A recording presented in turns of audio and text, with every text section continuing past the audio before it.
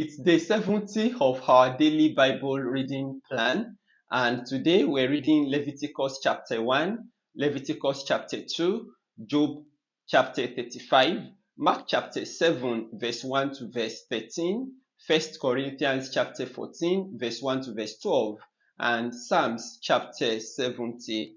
We are reading from the Berean Standard Bible. Leviticus chapter 1. Then the Lord called to Moses and spoke to him from the tent of meeting, saying, Speak to the Israelites and tell them, when any of you brings an offering to the Lord, you may bring as your offering an animal from the herd or the flock. If one's offering is a burnt offering from the herd, he is to present an unblemished male. He must bring it to the entrance to the tent of meeting for its acceptance before the Lord. He is to lay his hand on the head of the burnt offering so it can be accepted on his behalf to make atonement for him. And he shall slaughter the young bull before the Lord, and Aaron's sons, the priests, are to present the blood and sprinkle it on all sides of the altar at the entrance to the tent of meeting. Next, he is to skin the burnt offering and cut it into pieces. The sons of Aaron the priest shall put a fire on the altar and arrange wood on the fire. Then Aaron's sons, the priests, are to arrange the pieces, including the head and the fat, atop the burning wood on the altar. The entrails and legs must be washed with water, and the priest shall burn all of it on the altar as a burnt offering, an offering made by fire, a pleasing aroma to the Lord. If, however, one's offering is a burnt offering from the flock, from the sheep or goats, he is to present an unblemished male. He shall slaughter it on the north side of the altar before the Lord, and Aaron's sons, the priests, are to sprinkle its blood against the altar on all sides. He is to cut the animal into pieces, and the priest shall arrange them, including the head and fat, atop the burning wood that is on the altar. The entrails and legs must be washed with water, and the priest shall bring all of it and burn it on the altar. It is a burnt offering, an offering made by fire, a pleasing aroma to the Lord. If instead one's offering to the Lord is a burnt offering of birds, he is to present a turtle dove or a young pigeon. Then the priest shall bring it to the altar, twist off its head, and burn it on the altar. Its blood should be drained out on the side of the altar, and he is to remove the crop with its contents and throw it to the east side of the altar in the place for ashes. He shall tear it open by its wings without dividing the bird completely, and the priest is to burn it on the altar atop the burning wood. It is a burnt offering, an offering made by fire, a pleasing aroma to the Lord. Now we read Leviticus chapter 2. When anyone brings a grain offering to the Lord, his offering must consist of fine flour. He is to pour olive oil on it, put frankincense on it, and bring it to Aaron's sons the priests. The priest shall take a handful of the flour and oil, together with all the frankincense, and burn this as a memorial portion on the altar, an offering made by fire, a pleasing aroma to the Lord. The remainder of the grain offering shall belong to Aaron and his sons. It is a most holy part of the offerings made by fire to the Lord. Now, if you bring an offering of grain baked in an oven, it must consist of fine flour, either unleavened cakes mixed with oil or unleavened wafers coated with oil. If your offering is a grain offering prepared on a griddle, it must be unleavened bread made of fine flour mixed with oil. Crumble it and pour oil on it. It is a grain offering. If your offering is a grain offering cooked in a pan, it must consist of fine flour with oil. When you bring to the Lord the grain offering made in any of these ways, it is to be presented to the priest, and he shall take it to the altar. The priest is to remove the memorial portion from the grain offering and burn it on the altar as an offering made by fire, a pleasing aroma to the Lord. But the remainder of the grain offering shall belong to Aaron and his sons. It is a most holy part of the offerings made by fire to the Lord.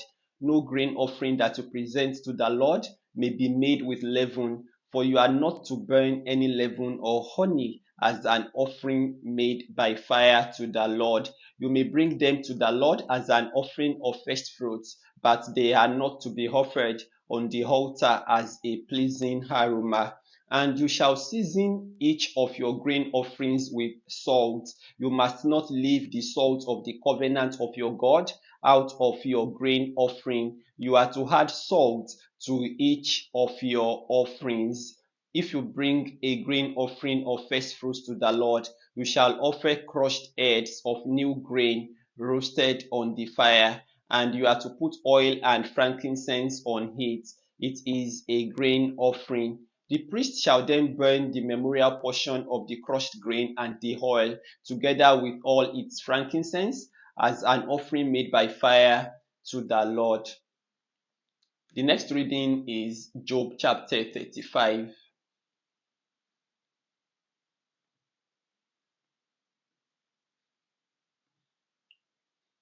And Elihu went on to say, do you think this is just? You say, I am more righteous than God. For you ask, what does it profit me, and what benefit do I gain apart from sin? I will reply to you and to your friends as well. Look to the heavens and see. Gaze at the clouds high above you. If you sin, what do you accomplish against him? If you multiply your transgressions, what do you do to him? If you are righteous, what do you give him? Or what does he receive from your hand? Your wickedness affects only a man like yourself, and your righteousness only a son of man.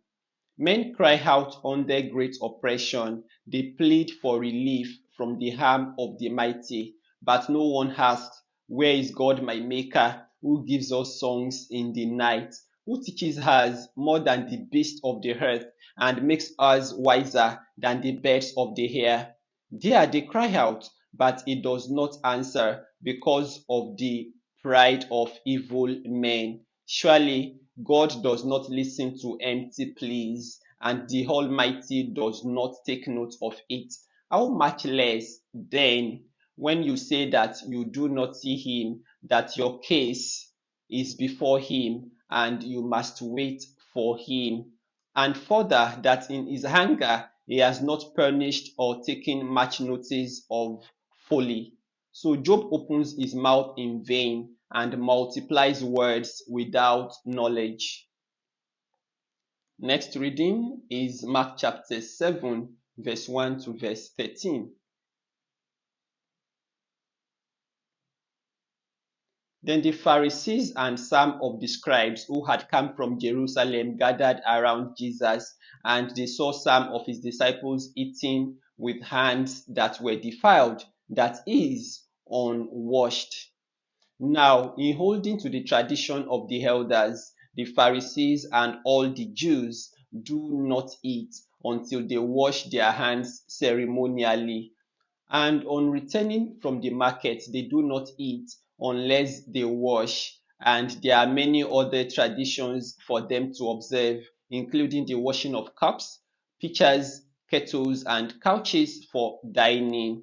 So the Pharisees and scribes questioned Jesus, why do your disciples not walk according to the tradition of the elders? Instead, they eat with defiled hands.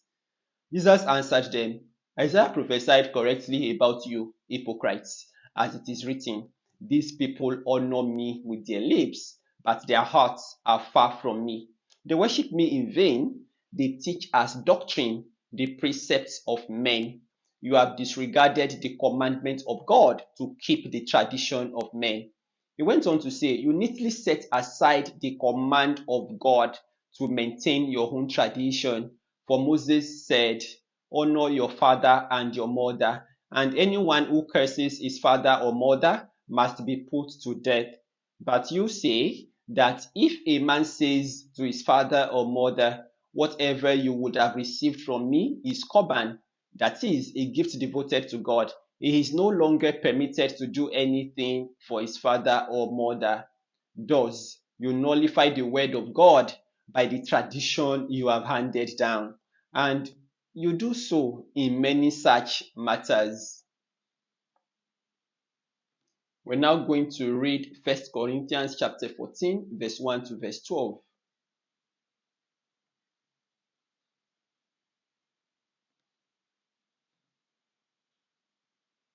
Earnestly pursue love and eagerly desire spiritual gifts, especially the gift of prophecy. For he who speaks in a tongue does not speak to men, but to God. Indeed, no one understands him. He utters mysteries in the spirit. But he who prophesies speaks to men for their edification, encouragement, and comfort.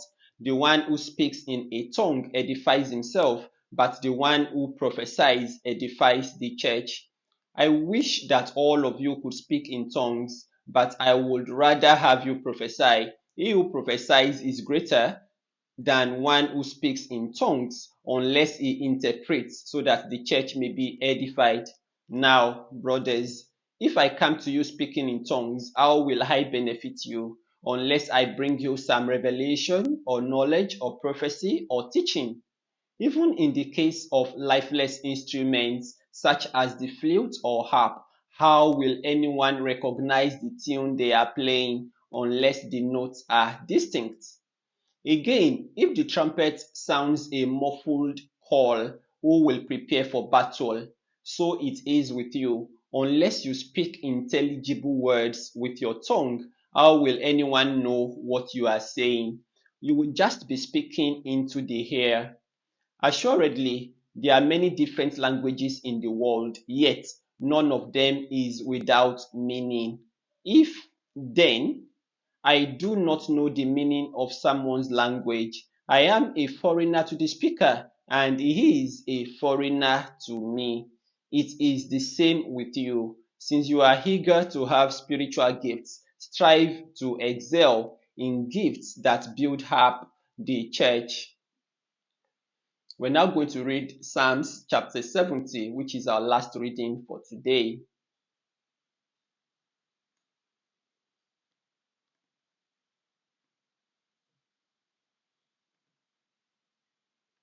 Make haste, O God, to deliver me. Hurry, O Lord, to help me. May those who seek my life be ashamed and confounded. May those who wish me harm be repelled and humiliated. May those who say, aha, aha, retreat because of their shame. May all who seek you rejoice and be glad in you.